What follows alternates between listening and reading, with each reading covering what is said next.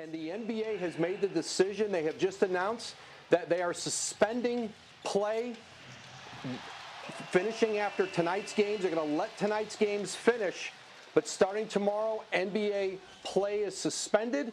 March 11th, 2020 was a day that NBA fans will never forget. We were watching NBA basketball on ESPN when Woj announced that Rudy Gobert had tested positive for the coronavirus. When that was announced, we all knew what to expect, and minutes later, the tweet came announcing the season being suspended, and everything changed.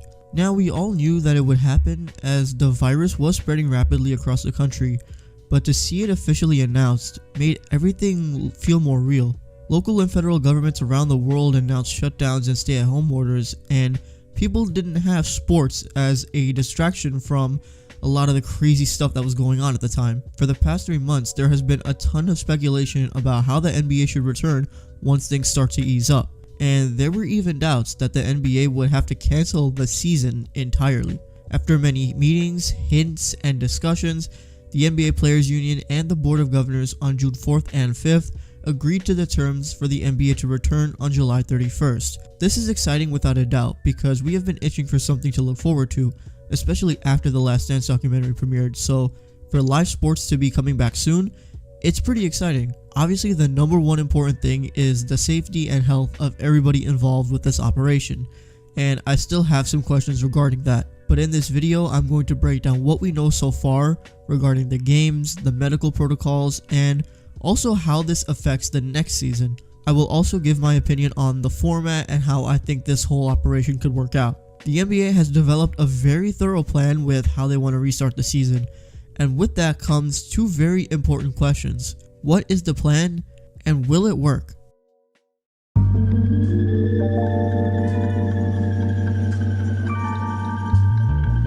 So let's first go through the approved plan for the NBA's return and how it will work. So all the players from 22 of the 30 NBA teams will head to their local markets on June 21st. The following day, everyone on the team will be tested for COVID-19. On June 30th, the training camp starts. On July 7th, the teams will head to Walt Disney World in Orlando, Florida, finish off training camp, and continue the NBA season. Play will go from July 31st to October 12th, and it will take place at ESPN's Wide World of Sports complex. That large campus is also where teams and personnel will be staying at throughout this whole process. 16 teams are in playoff position, and they will be joined by 6 other teams who are on the bubble. From the Eastern Conference, the teams that have either clinched a playoff spot or are in the top 8 include the Milwaukee Bucks, Toronto Raptors, Boston Celtics, Miami Heat, Indiana Pacers, Philadelphia 76ers, Brooklyn Nets, and Orlando Magic. They will be joined by the 9th seed Washington Wizards as well. From the Western Conference, we will see the LA Lakers, LA Clippers, Denver Nuggets, Utah Jazz, OKC Thunder, Houston Rockets, Dallas Mavericks, and Memphis Grizzlies. And they will be joined by the Portland Trail Blazers, New Orleans Pelicans, Sacramento Kings, San Antonio Spurs, and Phoenix Suns. These teams will be playing 8 regular season games each to determine the final seeding for the playoffs. If the number 8 seed is up by 4 games or more at the end of the regular season, they will clinch that spot. If not, then there will be a play-in tournament between the 8th and 9th seed. If the 8th seed wins the game, they will clinch the final spot. If the 9th team wins, they will play a second game the following day, and the winner of that game will get in. After that, we will have our 16 teams for the playoffs, and they will be played as normal. There have not been any changes to the playoff format, so they will go the way that we always have known. The regular season games will be adjusted based on the way the schedule was set up before the suspension and based off of the teams that are in Orlando. And as of the time that I'm recording this, there aren't many details regarding that yet.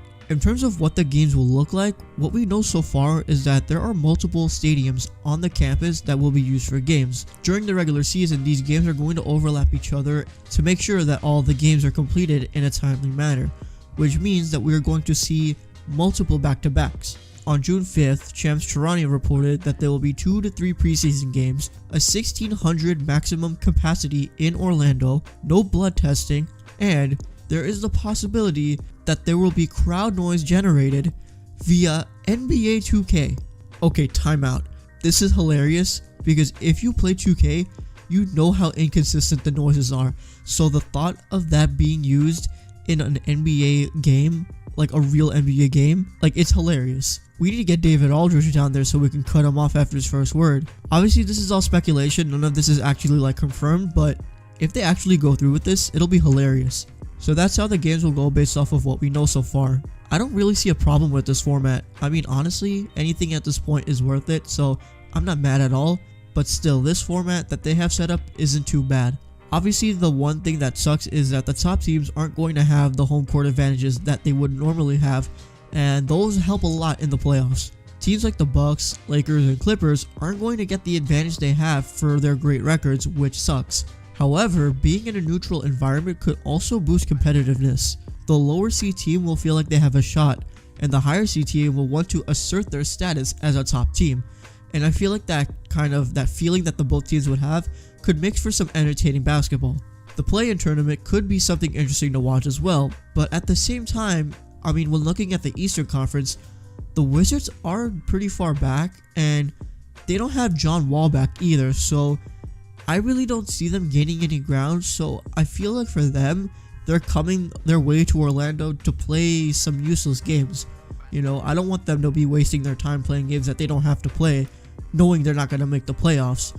But that's my view. I'm glad they're not changing the playoff format because there were a lot of ideas thrown around by the league and people in the media. As much as I would like to see a 16-seeded March Madness style format, I think they made the right call staying with the original format.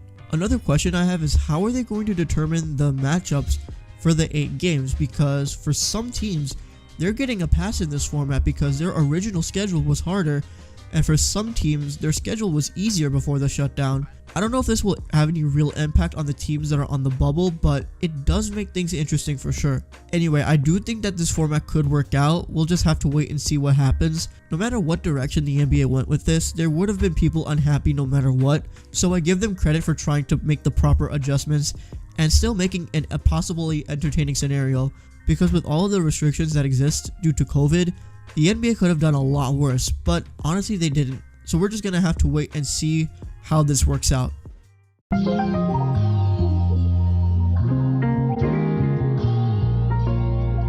Obviously, the reason that this return is happening in the first place is because the league feels confident in its ability to continue the season without adding to the spread of COVID. So they're obviously going to take a lot of drastic steps in this bubble to avoid any spread. According to NBA.com, a rigorous program will be established by the NBA and the NBA Players Association, both of whom are working with infectious disease specialists, public health experts, and government officials to prevent and mitigate the risk related to COVID-19. There aren't as many details regarding the medical protocols, but so far we know that they will be doing testing every single night, but they're not going to do the original test. They're going to do one of the lighter swabs. So they're not going to do that test that everyone does normally, where they shove the thing up your whole nose and poke your brain with it. This daily testing is obviously going to be crucial if this entire operation is going to work at all, and they wouldn't do this if those resources weren't available. These teams would also be required to follow strict social distancing guidelines, meaning that they won't be able to leave that Disney bubble that much. There are some expectations, however, since Florida has restrictions that are a little lighter than other states, so teams can play golf and eat at restaurants specifically that have outdoor dining. It's also been reported that families could be able to come into the bubble after the first round of the playoffs, but they will be required to quarantine once they reach Orlando. This is what we know so far, and I expect that as we get closer and closer to the return date, we will get more details on what the NBA is going to do in terms of stopping the spread, because I'm honestly still iffy about how this whole thing could work out. Adam Silver says that he's confident that if a player tests positive, they won't have to completely shut down again, but I'm still confused on what they have in place for if a player does test positive, because honestly, no one wants that to happen, but I just have this bad feeling that it could, and I don't know how the league would be able to respond to that. There's also some concern about what teams will do if they have coaches or other members of their staff that are older and more susceptible to getting infected. Do coaches that are 60 and up just stay back?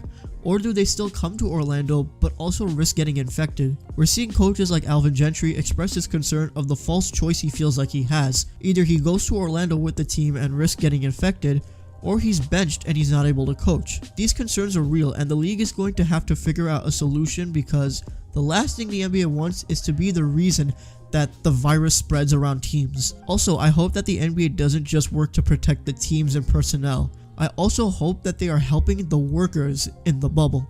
I'm talking about the hotel workers and the restaurant workers, and they should not be affected in any negative way because the league decided to not protect them as well. The NBA needs to put the same energy in protecting these workers as well, because these workers are going to be a huge factor in making this whole operation successful. So we need to help them as much as possible as well. What the NBA does in terms of health and safety of the teams is super important, and the actions they take will dictate the success of this operation.